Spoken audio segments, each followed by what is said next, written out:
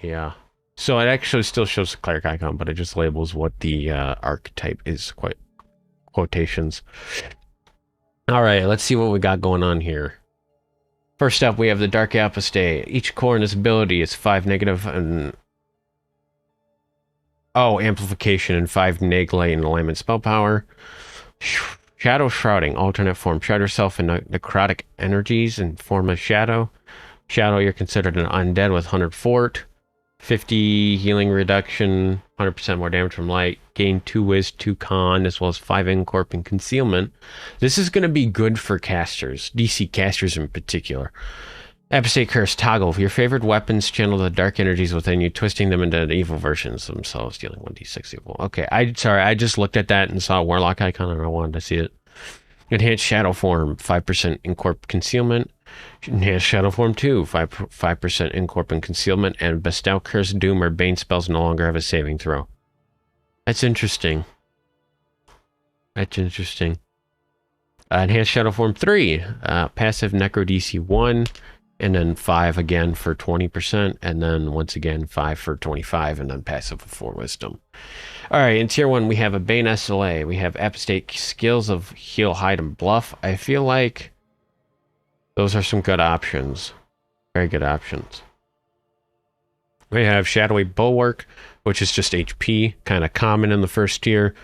And once again, I already went over Apostate's Curse, Traditional Caster. Okay, that's also very common in Tier 1.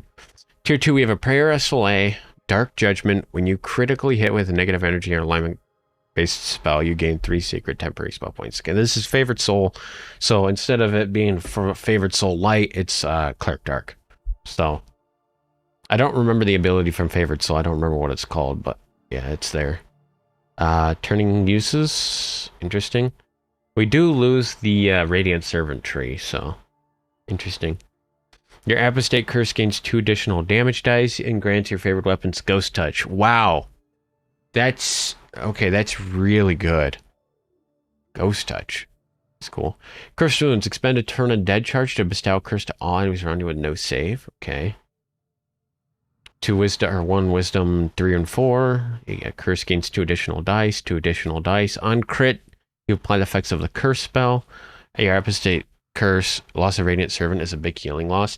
Yeah, but what I'm thinking for in specifics though is that this is like a sort of like a dark nuking tree, but at the same time it isn't. It looks like it's a War Priest type tree, like as a Vile Chemist, Arcane Archer, or Eldritch Knight tree is basically just what it looks to be like. But it's also like a casting tree at the same time, which is an interesting choice, I guess. I mean, I don't know what route they were going with it, but it's looking kind of interesting. Anyways, Pray for Mercy. Your prayer-like spells plus Bane and Prayer now resonate with evil energies, dealing 1d6 evil damage per caster level to all enemies. This damage is doubled against enemies that are cursed. So the damage being doubled against enemies that are cursed is actually crazy. Because you curse an enemy, or you use Turn Undead, you curse an enemy, and you're doing, instead of 32d6, you're doing 64d6. Or, I don't know if the d6 is doubled to 12. I don't know that. But, this is still a very, very heavy tree. That right there is crazy. What the hell? Unless turning, okay. Fair enough. Dark Consumption. Expend a turn on dead charge to steal the life force of a target undead, dealing 1d6 Bane damage per character level, and you gain 1d6. What? Oh my god. Strahd's undead, so that's actually pretty nice. That is actually really nice.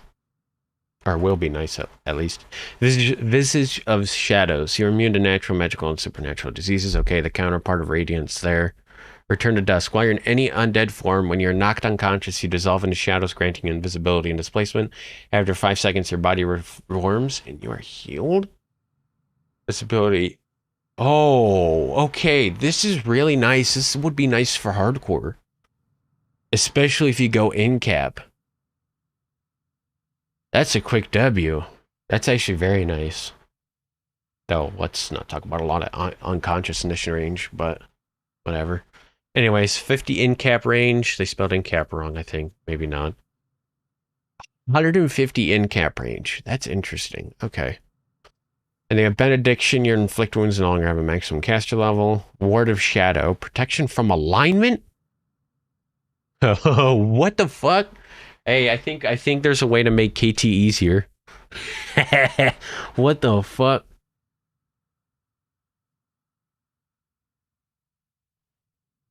It's not going to be too useful unless they make it where Primal Avatar scales that off of caster level. 120 is not a lot, but 650 is a big chunk, or however much it is. I don't remember.